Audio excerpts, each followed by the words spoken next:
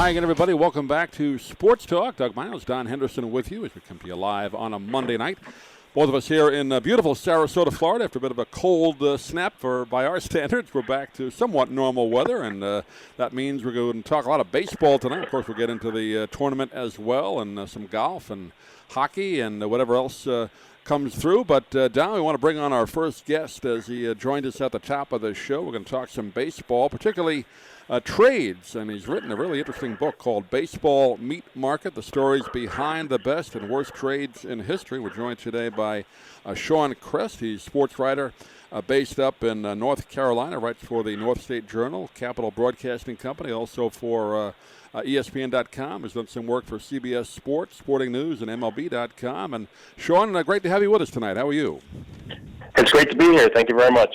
John, you're a busy guy. I've got a son who lives in North Carolina and two grandchildren, and my son and his wife both graduated from North Carolina, and they were very happy last night. They got the best call in the world at the end of the game. Yeah, at the end of the Tar Heel game, yes. I was at that game, and I was a little surprised that there was no whistle there at the end, but it was good for the Tar Heels that there was not. Well, they got theirs, and Duke took it on the chin. But we're going to talk baseball, and what got you thinking about maybe writing a book about trades? Well, ever since I was a little kid, I used to read Baseball Digest, and it seemed like about once a season that they would have an article about the most lopsided trades ever, and it would have, it was the same trades every year, the same list of trades: Nolan Ryan for Jim Fregosi, and Sparky Lyle for Danny Cater, and the Luke Brock trade, and all those. And I just kind of wanted to revisit that now that I'm older, and now that I feel like baseball fans have they understand the process a little bit more than maybe they did back then. Everybody understands the trade deadline and the idea of trading a veteran for prospects, that can be a good thing. Whereas at the time, 20, 30 years ago, you wouldn't trade your best player, and now fans kind of understand why that is. For instance, one of the trades that I mentioned in the book was the Jay Buhner trade, where the Yankees traded him when he was a minor leaguer for Ken Phelps. And then years later, Seinfeld made an episode about that where one of the Yankee fan characters yelled at George Steinbrenner, "How could you trade Jay Buhner?" Right. And I feel like these days, fans would understand why that trade was made, and they wouldn't be yelling at the owner if they had the chance. So I just kind of wanted to revisit that 30 years later and look at some of the big trades and what went into them on both sides. Doug? I remember, if you're like me, Sean, you probably were one of those kids growing up reading the sports pages. I always liked to read that little part in the agate section that had the trades or the transaction section in the paper. You found out who was being moved from team to team. And I guess the trade that kind of maybe I noticed first, there was a big trade for my baseball, I guess fandom, if you want to call it that, was back in 1977 when the Mets made that infamous trade of Tom Seaver to the Reds. So it was a big one. That's right, and it changed both rosters, and that's what I found looking at these trades in this book, was that there was so much that went into the trade, and then when a trade was made, it just sent dominoes falling in so many different directions. I mean, that trade changed the way that the Mets looked, obviously. It changed the way that the Reds looked, and then the other teams around the league had to make moves to kind of make up for that. The people we're competing with are doing this, so we need to make a move. You kind of saw that this offseason with the Chris Sale trade. The White Sox traded him to the Red Sox. That was the big trade of this offseason. And then the rest of the teams in the American League East had to do something to keep up with the Joneses. And it also allowed the Red Sox, they had one extra pitcher, they were able to trade Clay Buchholz to the Phillies. So now it affects the National League East as well. So you're looking at these trades have this ripple effect throughout baseball. And that kind of gets everybody excited. Even if you're not with the team that made that first trade, it still excites you because it's still affecting you in some way, whichever team you follow. And Sean, I think one of the most interesting things, I'm a great Cashman fan and a great Joe Girardi fan, and they're rave reviews about their kids coming up. But at the same time, some of the kids coming up came from the Chapman trade, and then Chapman's back. So there's a very interesting combination there, which is maybe going to help the Yankees twice, once in the minor leagues, once in the major leagues, and help the Cubs because they're world champions. Yeah, that's exactly right, and that's the trade isn't over when it's made. Everybody wants to talk about a trade when it's made. You know, who won, who lost, but then you have to look at it a few years down the line. And yeah, a trade like that where the Yankees hurt them in the short run, helped the Cubs in the short run, but now it's kind of come full circle, and the Yankees seem to have going to walk away with this one looking pretty good in the long run. Doug? I guess you can go back to the beginning of baseball time, I suppose, for great trades or bad trades. I guess one that maybe goes back, the early 60s, wasn't it Lou Brock? Cubs had Lou Brock. They traded him to the Cardinals at that time, and then they didn't get they got Pappas back. I think that was a big trade, wasn't it, for the Cubs? Yeah, they got Ernie Broglio. Yeah, they got Ernie Broglio, and yeah, it was it changed the balance of the National League. I mean, the Cardinals went on to win several National League pennants. They won the World Series. With Lou Brock, he kind of changed the way that offense was looked at. He introduced the stolen base as a weapon, and the Cubs were, until last year, the Cubs. Right. It was one of those missed opportunities that you see throughout some teams' histories. Sean, you could also look at what happened with the Philadelphia Phillies. Were always on the doorstep, never quite made it. And they traded for Pete Rose, who obviously is very controversial at the moment. But he was the one that really made the difference of solidifying the Philadelphia Phillies and taking them to the pennant. That's right, and that points out there are so many different reasons to make a trade. Like at the trade deadline, you're usually thinking of it as a team that's out of the running is trying to get rid of their star players, whereas a team that's in contention is trying to add somebody for the stretch run. But you've also got that other set of trades, like the Pete Rose trade, where it's a team that just needs to shake things up. It's very close to where it wants to be, and it's missing that one piece. The Mets in the mid-'80s did the same thing when they brought in Gary Carter and Keith Hernandez so they could get past the Cardinals in the National League East. But those types of things where they just need one more piece to go from being a contender to getting past their rival and winning the league. So it's a little different than when a team is dumping someone to rebuild. And again, there's any number of different reasons to make a trade. Doug? Now, the trade deadline used to be, if I remember correctly, either it was the middle of June or the end of June. Now it's the end of July. I don't know if I forget when they made that change, but am I right about that? I thought the trading deadline used to be like middle of June at one time. Yes, and they moved it later because of the wild card, because teams were having trouble figuring out that early on whether they were contenders or not, because the wild card kind of shook things up. So they had to move it about a month later so that teams would have a better picture of can we win this year or not, because there weren't enough trades being made, and so they wanted to do something to kind of spur that market back to life. Well, it makes it interesting, because right after 4th of July you start looking at the trade deadline. That is kind of a fun part of the year if your team is sort of in it, or are they sellers or buyers. So that makes it interesting for the fans. Yeah, and the All-Star break is right around then as well, so everyone's in one place, and that kind of gets those talks started among the owners and the general managers and things like that, where everybody comes together, starts thinking about it, and then a few weeks later they have to make a move. They get into the bunker and start preparing for that deadline. John, I'd like to get your interpretation, because baseball has really changed its philosophy in 2017. A lot of these players are being signed for just 1 year. It looks like the general managers are now looking at just a 1-year contract, and if they have to trade a player away in the middle of the season for some particular reason, you're not saddling somebody else with a big contract. You're just buying a player that's going to help you for 2 months. Yeah, I agree with that. I think the contracts are getting shorter. I think part of that is just the size of them. It's a way to keep costs down. You don't want to be paying somebody who's not going to be helping you, and so they've been a little more conservative with giving those long-term contracts, right, just because they don't want to get stuck trying to deal someone who doesn't have a lot of value. They don't want to get a Bobby Bonilla situation where I think the Mets are still paying him for the longest of long-term contracts in history. Doug?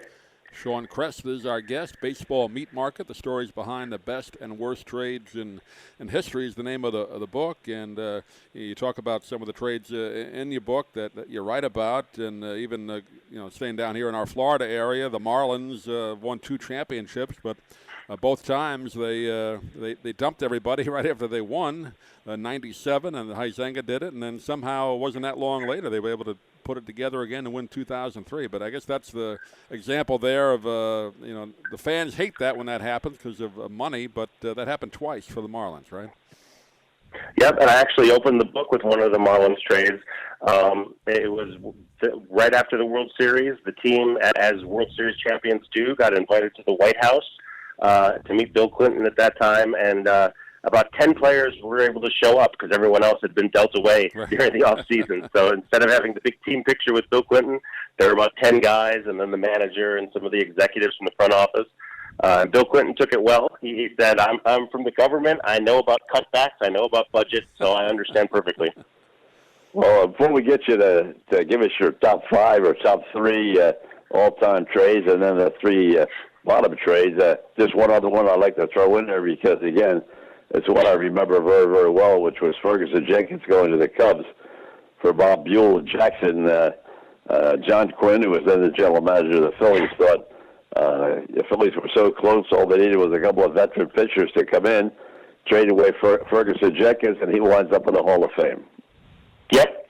There are a lot of cases of that as well, where a player, a prospect like Ferguson Jenkins, a young guy where you're not sure what you're getting, and a team throws him in to sweeten the deal.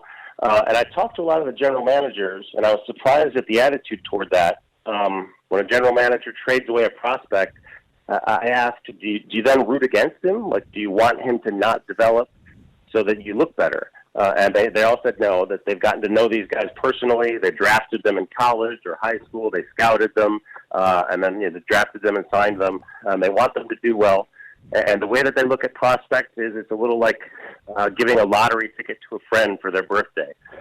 It doesn't matter whether it wins or not. It was just the idea that here's a chance to win, and you don't invest in whether the friend wins or loses after that. It's just you're giving them that chance. Well, I'll say one thing. My last part of the question would be, in Ferguson Jenkins' case, they'd have a tough time signing him today because he didn't throw the ball 105 miles an hour. He was a pinpoint specialist. And the other guy would be, again, I go back to Pete Rose. If you looked at Pete Rose's, high school and American Legion and so forth, and how he ran and what he could do, how his arm was, he'd have a tough time getting signed today.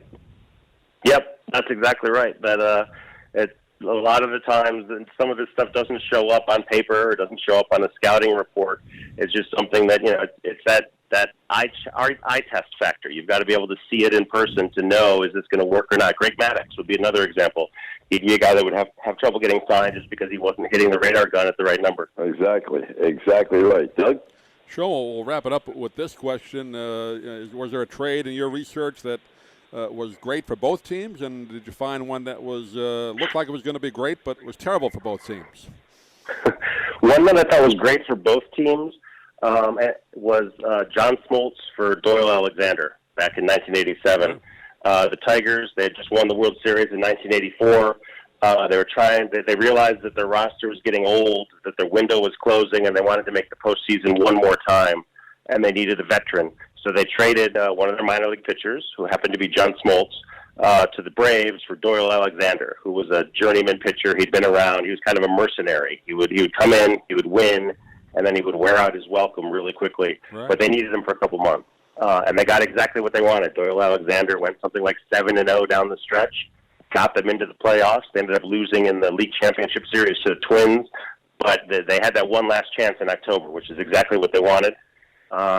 The Braves at the time were at the bottom of the National League East.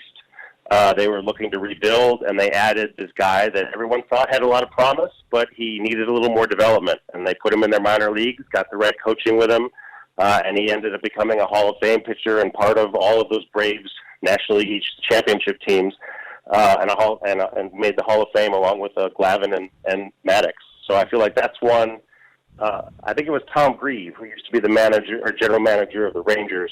He told me a good trade is one where you shake hands after you make it and everyone's happy. You shake hands a few months later and everyone's happy. And then you see that general manager 5 years later and you shake hands and you're still just as happy. I think that's one where everyone was happy with what they got. How about the other end of the spectrum? The other end, again, going back to the 80s, I think the Von Hayes trade to Philadelphia, where Von Hayes was one of the best players in the best young players in the American League. Everyone thought he was going to be a superstar, and the Phillies ended up trading 5 prospects for him. They had just won the World Series, like the Tigers. They had just won it a couple of years ago, and were trying to keep that roster young. So they brought him in. They were going to put him right in front of Mike Schmidt in the lineup, and that was going to help win several more World Series. And the Indians were rebuilding. They added 5 prospects. They thought that was going to help them. None of the prospects ended up working out for the Indians. They stayed about where they were in the American League East at the bottom. And then Von Hayes, even though, again, just like we were talking about on the other side, the guys that don't have the numbers, they wouldn't get signed now. Von Hayes had all the numbers, but the eye test just didn't work for him. When he went to Philadelphia, he just couldn't cope with the pressure of being the 5-for-1 guy. And when he didn't succeed right away, the Philly fans, who are notorious for getting on people, took a disliking to him, and he just never was able to live it down. He had a solid career, but he in their eyes, he was never worth 5 prospects. And so I think that's one where it looked like it was going to be a great trade, but for whatever reason, nobody got what they wanted. And add to that, when he did come into Philadelphia, he was billed sort of as the next Ted Williams, not necessarily with that level of talent, but he had a sweet swing from the left side, and he was going to drive the ball up the alleys. He was going to hit 325 to 330 and be a contributor RBI-wise in front of Schmidt, as you said, and it just never worked out. Yep, and on his opening press conference, when they introduce him to the media and he puts on the jersey over his suit, and it's always a positive moment. At his press conference, he said something where it sounded like he was complaining about having to play on AstroTurf at Veterans Stadium. And so right there, before he'd ever even stepped onto the field, the Philly fans had already started turning against him. He was just never able to live it down. Well, I was at that press conference, and I can say the AstroTurf wasn't very good. He was 100% correct in that assessment, but unfortunately, he just never quite developed into the player they thought he was going to. That's right. And then, you never know. The general managers say that they have all their projections. They think they know what's going to happen, but you're never 100% sure. You're always taking a chance. Whether you make the trade or whether you keep the guy and don't want to trade him, you never know. It's only going to be time that lets you know whether you made the right decision. Well, Doug, Sean said one thing a little bit earlier that I'm 100% in favor of. I know that everybody likes to use this mathematics, and they go all the way back. Everybody's got charts and how many times you're going to hit the ball on the left side and the right side. But I want to tell you, I'm still old school. I think the scouts have to be very much incorporated into what you're doing, and they got to see the young players coming up. You can't. I'm just not a great guy for all this electronic figuring it out. You got to look at a guy and then see what you think he can do. Yeah, numbers can tell you a lot, but it's not fantasy baseball. You're not just playing on paper. You've got to see them out on the field where they're doing their jobs in order to get the full picture. Doug? Well, the name of the book is Baseball Meat Market, the stories behind the best and worst trades in history. We're talking with Sean Crest tonight, and it's published by Page Street Publishing. And Sean, do you have a website you can direct people to get more information? I know it comes out next week, right? It comes out next week. It comes out on March 28th.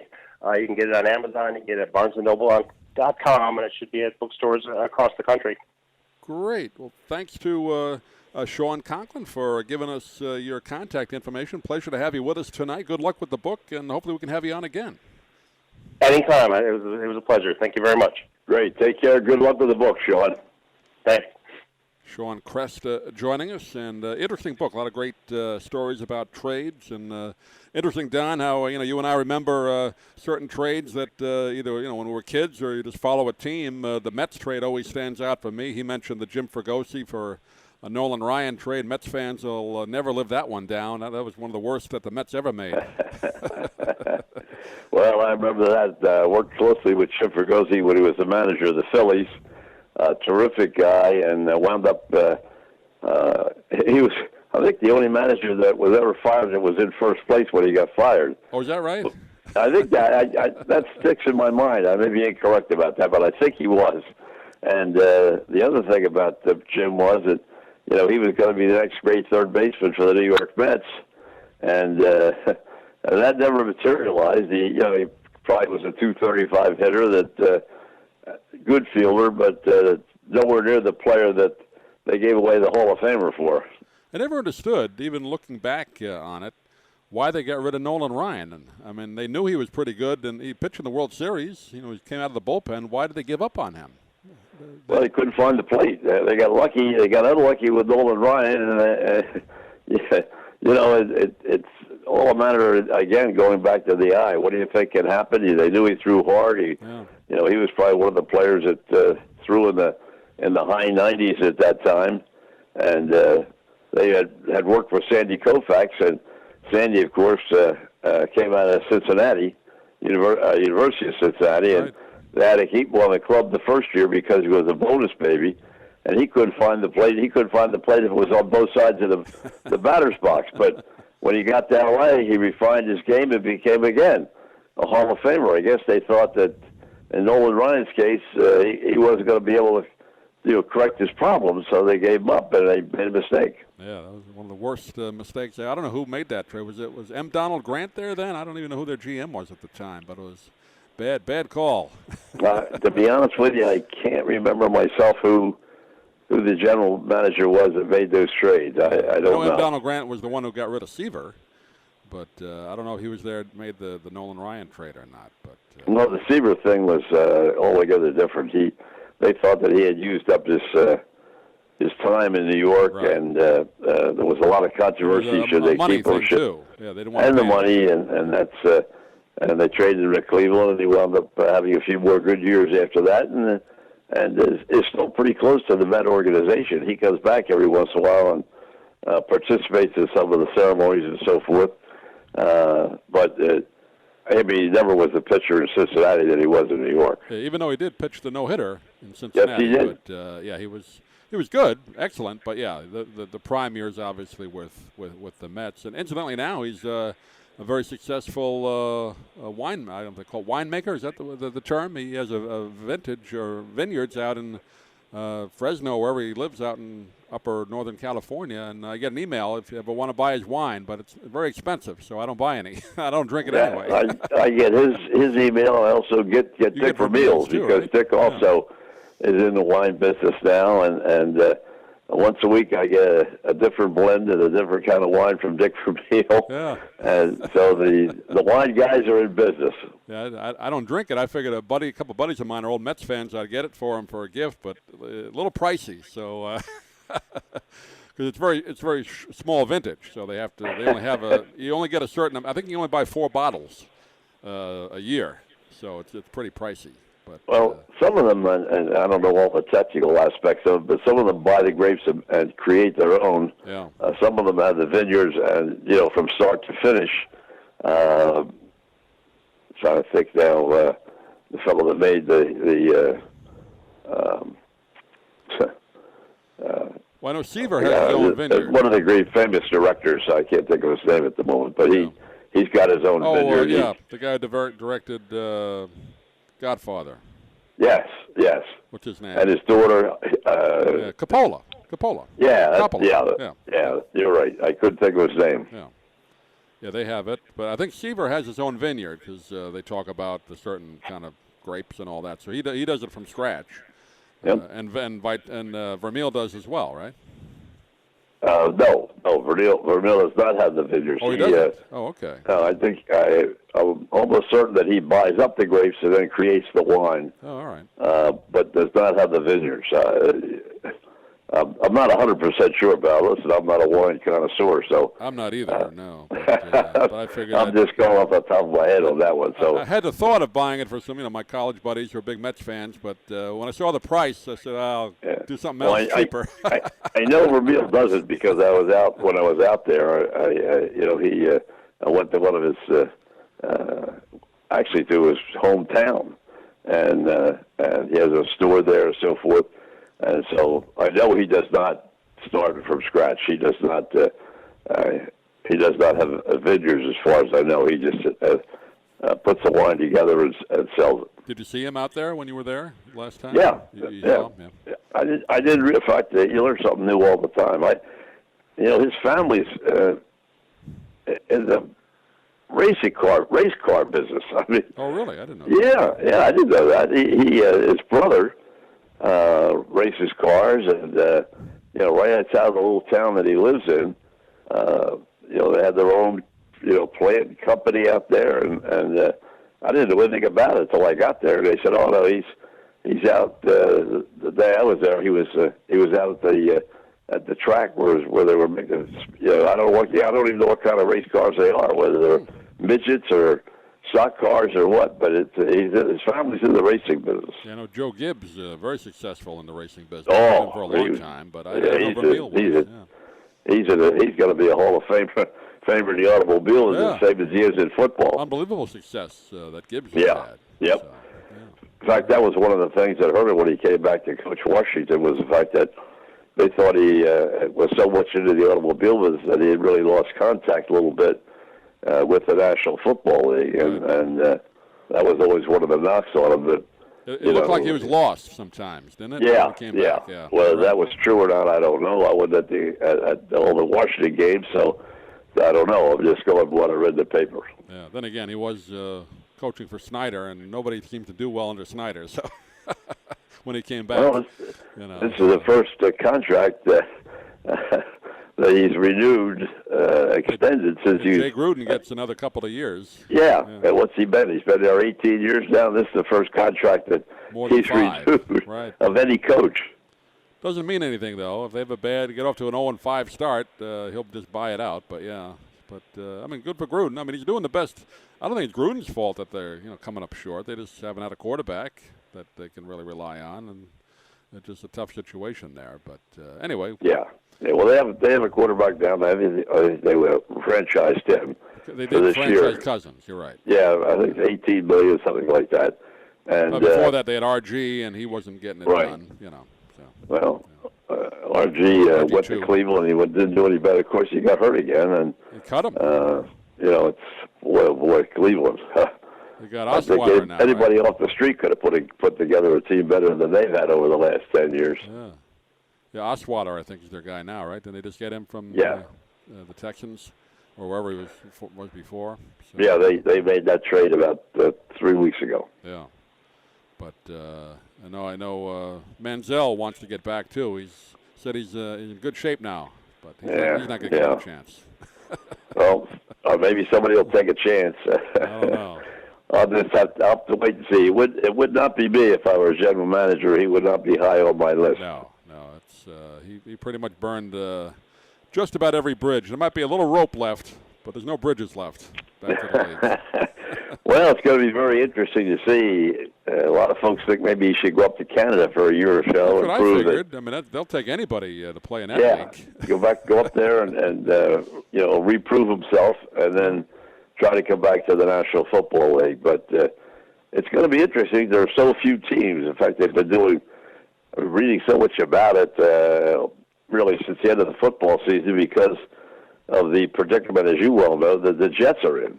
And right, Gino's gone now. He went to the Giants. He's going to be the backup. So, but the whole procedure of who they've talked to, and I mean, none of the quarterbacks they've talked to are knock you off your feet. I mean, they're good backup quarterbacks, and right now they don't have any quarterback. Hackenberg. I don't know whether you and I talked about this last week or not, but Hackenberg was a quarterback last year coming out of Penn State that never was eligible to play one game. He only suited up in practice, and now they're talking about him being a starting quarterback. Well, how can you go from not having confidence to even put a suit on the guy the year before, and he's learned this much over the summer, and now he's a starting quarterback? I mean, he was a pretty good quarterback at Penn State. I thought it was a half-decent draft. I like the guy. But I don't understand how you can go from one position of nothing to one position of being the number one guy. How's Vinny Testaverde feeling? They may have to sign him again. He had his trials and tribulations too. But he had a good end of his career with the Jets, he did. He hadn't gotten hurt until he got hurt. Right. Bill Parcells thought he was going to be the one that could come in as a veteran. Yeah. and really, lead the Jets to the promised land. And unfortunately, injuries hurt him. But that is a mess. But we'll talk some tournament in a minute. But I just want to take a minute or two. Speaking of broadcasters and really great names in New York broadcasting. John, I know you knew him probably pretty well. John Andres, we lost last week. He was the Knicks color man for a long time. Oh, did I lose you? I think we lost. Don, are you there? I think we lost Don. All right, we'll take a short break and hang on. We'll reconnect with Don.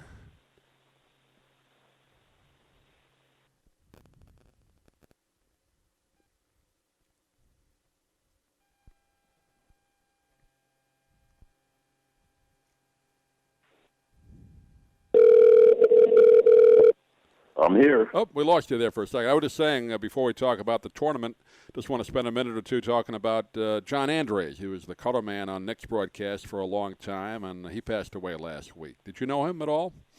I did not know him well. I knew him to say hello to, and see him in the press rooms and those kinds of things, but I did not really know him that well. But you're right, long time broadcaster, a long time New Yorker, and we've watched a few of them. You and I were chatting on email today about Breslin, and some of the great writers and broadcasters have passed away in the last year or so. Yeah, apparently John Andres had been ill for a couple of years. Yes. He retired from doing the color announcing, 4 or 5 years ago. I was going to say 4, but I'm not absolutely sure it was 4. But pretty much I radio. think he had some type of cancer, but I'm not sure about that. I think also dementia. I believe he had that as well, but from the story I read. But Right. he worked with Marv Albert on the radio for a long time, and then Right. did the TV for many years. And I didn't know he was called Johnny Hoops till I read the obits about him. I guess he was known as Johnny Hoops because he was a great college basketball player in New York, right? Before that. Well, as far as I know, his whole background was New York. Yeah. And but as you say, a long-time broadcaster, and I think you're right. I think you're right about that. It was dementia. I think I did read that in the Post. It was dementia. That I don't know if that was the only illness, but I think that's what took him out of the booth. Yeah, it had not been a while. And you mentioned Jimmy Breslin, longtime, really legendary columnist for the Daily News. I believe he also worked for the New York Newsday, and I'm not sure if he worked for the Post ever, but yes, he did. He worked for the Post, and he also worked for the Long Island paper. He worked for all 4 at that time New York papers, and certainly one of the most respected Pulitzer Prize winner. And he was a columnist for the people. He was New York. He was from New York inside out. Yeah, if you ever saw him on TV, occasionally would be on TV doing an interview or whatever, and you just look at him, that Irish face and that voice, that accent, it could only be from New York. Right. Very gruff, very crusty, rugged. Very crusty, He even ran for city council in New York one time. Did he run for office? I forgot about that. Yeah, he was, he had a few, I don't think, real strong political aspirations, but he did run for the city council in New York, and so did Mailer. I think he ran at the same time. Right? The same time. Okay. Yeah, he was really, like you said, he wrote about the people of New York, and yes, he did. Wrote city politics, and Son of Sam was a huge story. He actually was the guy that I believe Son of Sam sent him, Breslin, direct correspondence or some crazy thing, but he had a direct contact with him by mail or something, and eventually that kind of helped solve the case. They caught him that way. Well, I'll tell you, he was very, very, very down-to-earth New Yorker, and if there was a rough and tumble guy that really made a success out of his career as a writer, he was the one who would have put up pretty much a spotlight on somebody in the 30s, 40s, 50s, 60s, right up all through. Those type of people don't really, you don't meet very many of them in your Jack McKinney in Philadelphia was the same way. Yeah. Was a rough and tumble type of guy, and the only thing is he couldn't fight as well as Presley could. But not too many of those kind of writers around anymore. Well, we've had Pete Hamill, speaking of other great writers, and he's one that made his career mostly in New York. We had him on a few times. We haven't had him on in a while. I know he hasn't been doing great health-wise, but I have his number. I'll try and see if we can get him on maybe next week or two, and maybe because he worked with Jimmy Breslin. Because he was Sports Illustrator. Sports director of the New York Post, I think. Yeah. And he was the editor for the Post. He would have known him well, and that's a good idea, man. We get him on next week to talk about that. I'll see if he's available. I know I read recently that he wasn't doing great health-wise, so we'll see if he feels up to it. But to be honest, I had thought Jimmy Breslin, had passed a while ago because I hadn't heard his name at all. But he dropped out again. Weekend. Yeah, 88. So he had a pretty good run. But we want to remember him. And another person who passed away, if you're a fan of the vintage rock and roll, Chuck Berry. He passed away, 90 years old. So I know you were a big fan of Chuck Berry, Don. Oh, I think we lost Don again. I don't know why we're losing him tonight. You still there, Don? Well, we'll try it again. Let's see here.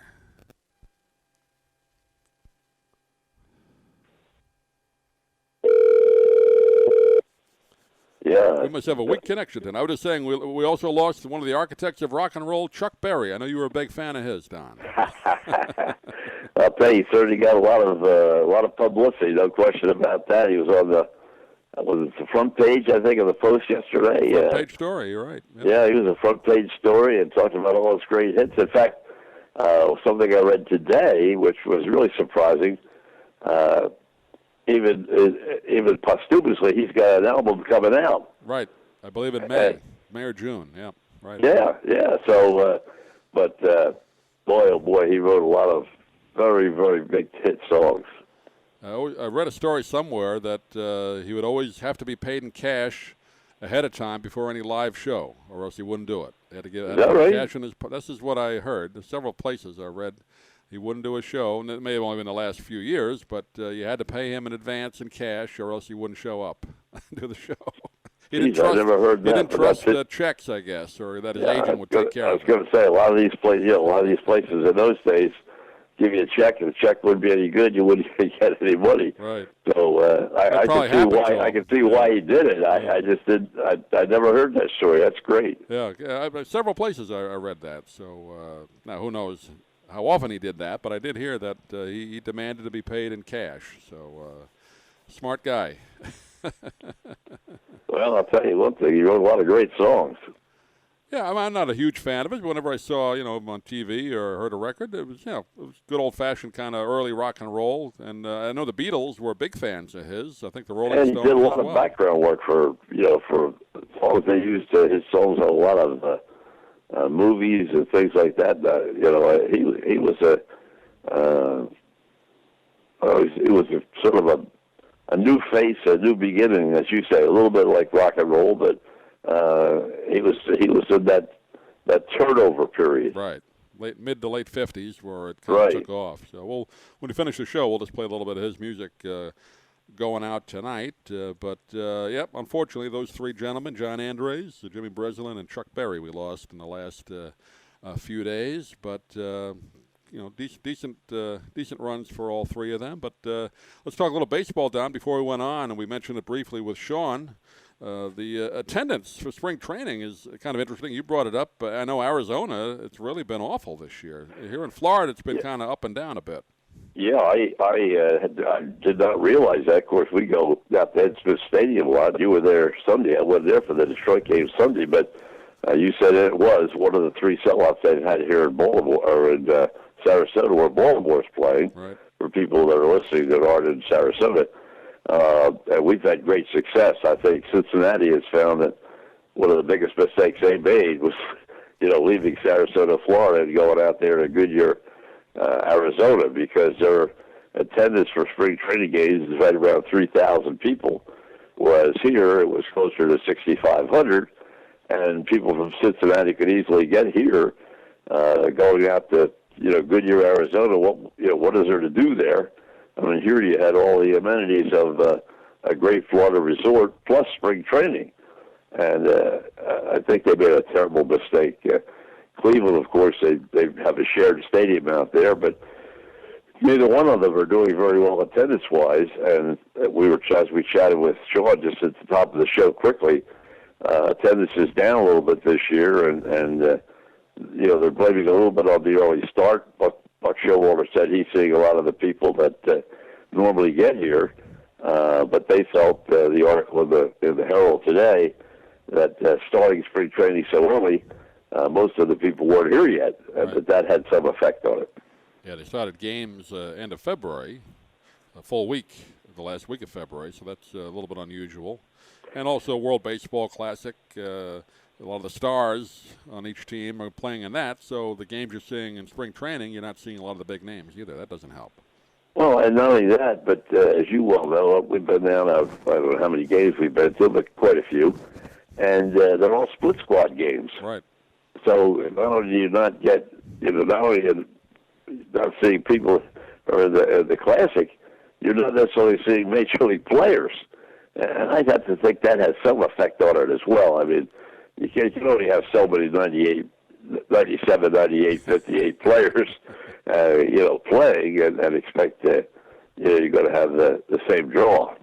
Yeah, I was looking at the Detroit roster yesterday, and I didn't recognize one name on that. Now, at least Baltimore plays Trumbo and a couple of the other guys. The pitchers, Gausman had a good. Buck has had a history. You and I have talked about it. Buck has had a history since he came to Sarasota.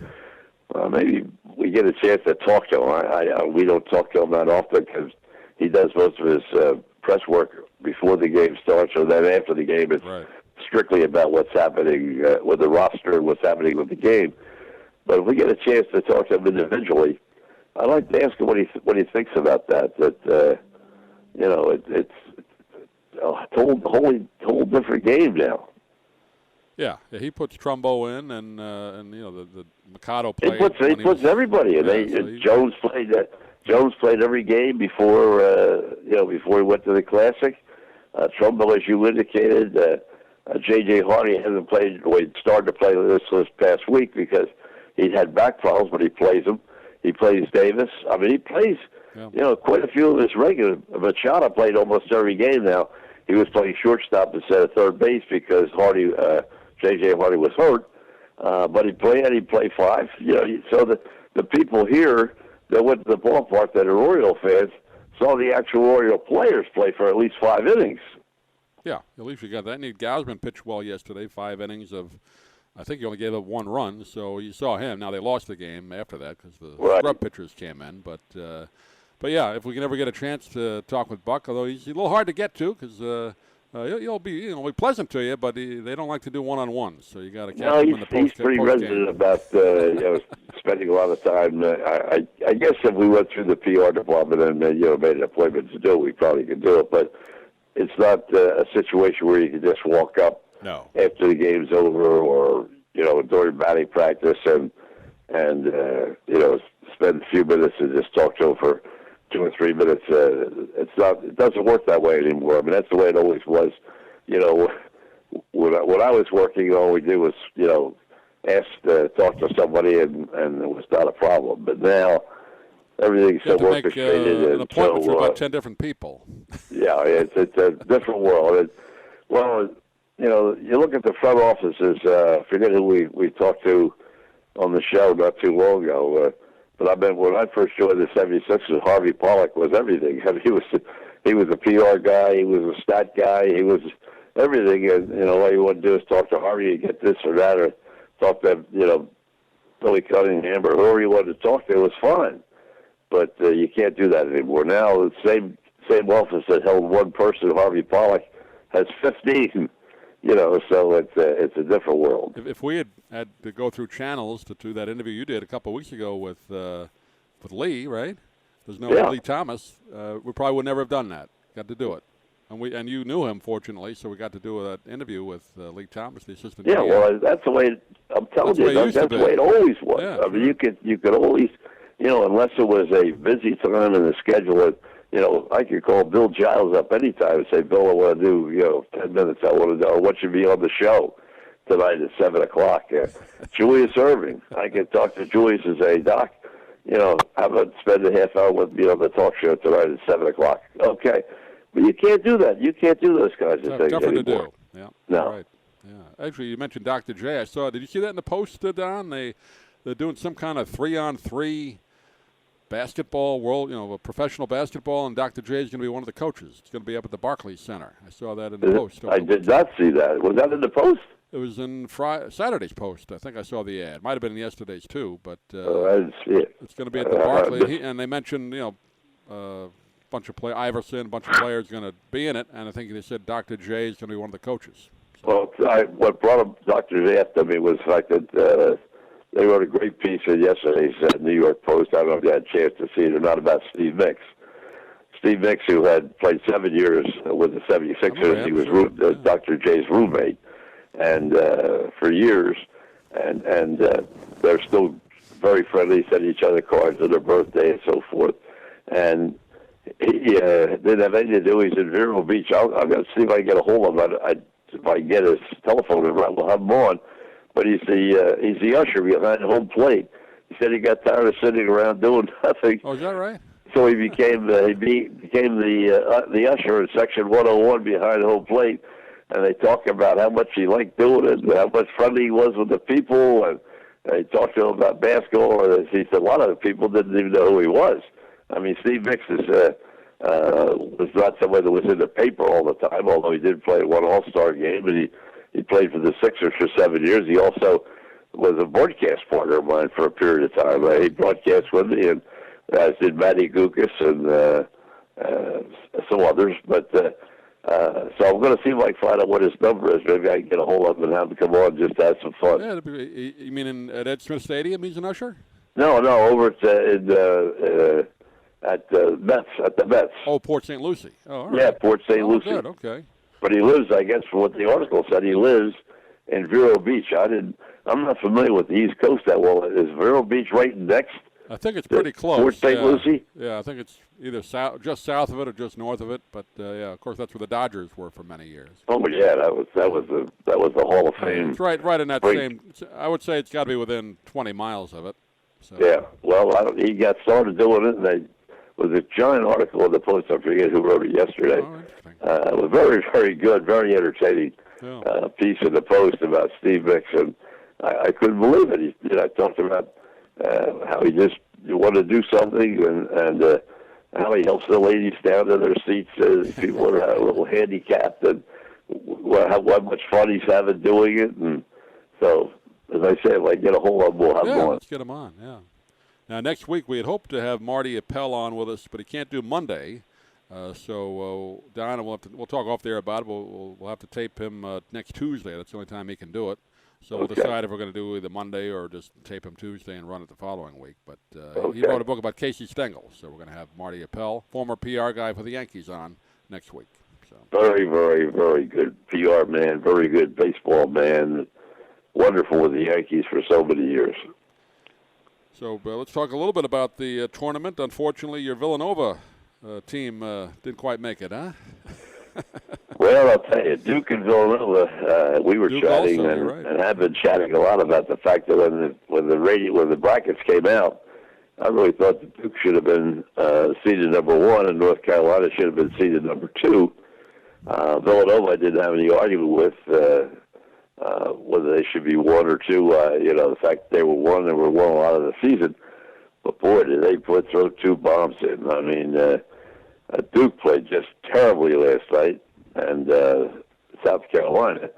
Now, there was a little bit of a hitch in that game in the fact that it was supposed to be played in Greensboro, and they had to move it because of the bathroom bill. Yeah, because they're trying to get the law changed back again, or changed to. They've lost everything. They've lost any kind of tournament that's going to be in North Carolina, not just a basketball tournament, but any tournament, and they've lost them all. So they had to go into the heartland of South Carolina, and I want to tell you, the Gamecocks really took it right to them and beat them pretty soundly. And the same thing happened with Villanova. I mean, they just couldn't get out of their own way, and they were beaten soundly, right at the outset. So there you go. 2 of the top teams are gone. Gonzaga had a tough time, and there's still a major argument about what happened. I can't imagine having 2 officials on the floor. Not that I'm trying to justify, because Doug Collins is a good friend of mine. His son's a coach, and a little wild there. Yeah, he lost control. You can't do that. You really can't do that. And reminded me a little bit of Billy Cunningham when he first started coaching the 76ers. He'd jump up and down, run out on the floor, and I think Doug's son is Chris, if I'm not mistaken, Chris Collins. And Doug and his wife were there for the games. They put them on TV quite often.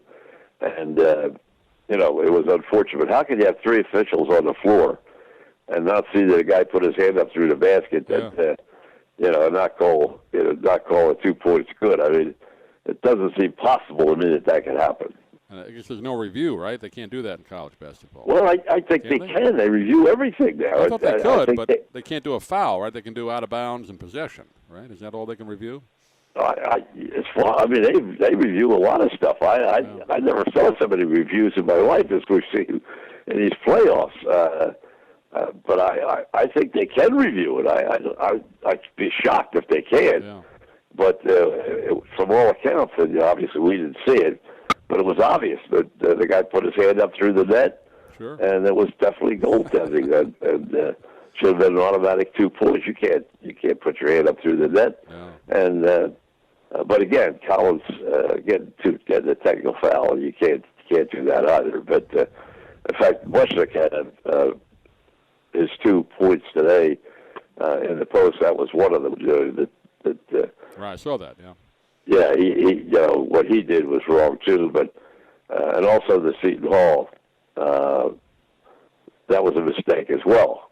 And, right. And these coaches sometimes just have to live with it. That's all. And you hope it doesn't happen at the wrong time, like it did here. But you're playing Gonzaga, you're playing the number one seed, and they make a mistake like that. I mean, boy, that's pretty tough.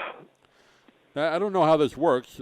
Now, you get to the second round. Does the school get a lot more money to play the second weekend, or how does that work as far as the schools go? The money builds as you go along. Yeah. You get so much money for being there, and then you get so much money for each round. So if you win a second-round game, if you win a first-round game but lose the second game that first weekend, do you still get more money than you if you get lost? money. Oh, yeah. Okay. Oh, absolutely. Does it depend on the gate, or is there a set amount? I just was wondering how that worked. I don't know. I think it has to be set amount because the reason I say that is some games don't draw anything. Some the early games don't always draw. You're right. Iona, for instance, wasn't a big draw, right. But there are many teams like that. And I just get back to the fact that I know it's all for money and I know it's all for the NCAA and all, but 64 teams. There are 64, and actually you have 2 teams to play in. I mean, 32 teams. Like you look at the brackets right now, and the teams that should be in there are there. The rest of them are gone. There can be an upset once in a while, like there was, with the 2 we just talked about. But for the most part, you're talking about teams that don't have any chance to win. You're giving I guess a stipend for being having a successful season. Right. But to me, I think when they rate the too many. 64 is too many. Way too many, yeah. But they're never going to change it. But although I heard the ratings were down. I saw that today. Is that right? Yeah, maybe not hugely down, but they were down a little bit. Well, I'm not surprised. Well, first of all, you got so many different channels that have games on at the same time. You can't find half of them. Exactly. You got to really take your time. How many people know where True is? Yeah. And some of the big games were on some of the off channels. Most of them were on TNT or on CBS, but they were all over the place. Right. And you had to really look around to find them. And sometimes the games at night, like for instance last night, CBS had 60 Minutes in their normal show, when that would be a time that the Kentucky game or something like that would be a prime game to watch. But it's on TNT or it's on some other station. So next Thursday, Friday, it'll start up again for the second round. And a couple small notes before we wrap up. Our friend Mike Francesa, Phil Mushnick, didn't mention this in his column today, but Francesa named number 1 of Talkers Magazine Sports Talk 100. So that came out this week. Talkers, is that right? the magazine for talk radio. They do that every year, have for the last 5 or 6 years, the top 100 sports talk shows. Right. And Francesa came in number 1, so good for him. Well, I think, first of all, I got to say, he's the biggest thing in New York. New York's the biggest city in the country, and so there's really, and they're billing, they bill more than any other station. They make a ton of money, that station, you're right. Oh, that station's making tons of money, and all those things go in who is the number one, not necessarily the number one talker, but the number one overall, who has the most listeners, and he's been on for such a long period of time now, 15 years, 16 years. 30 years. And he's 30, been number one, with number one before, so that doesn't surprise me.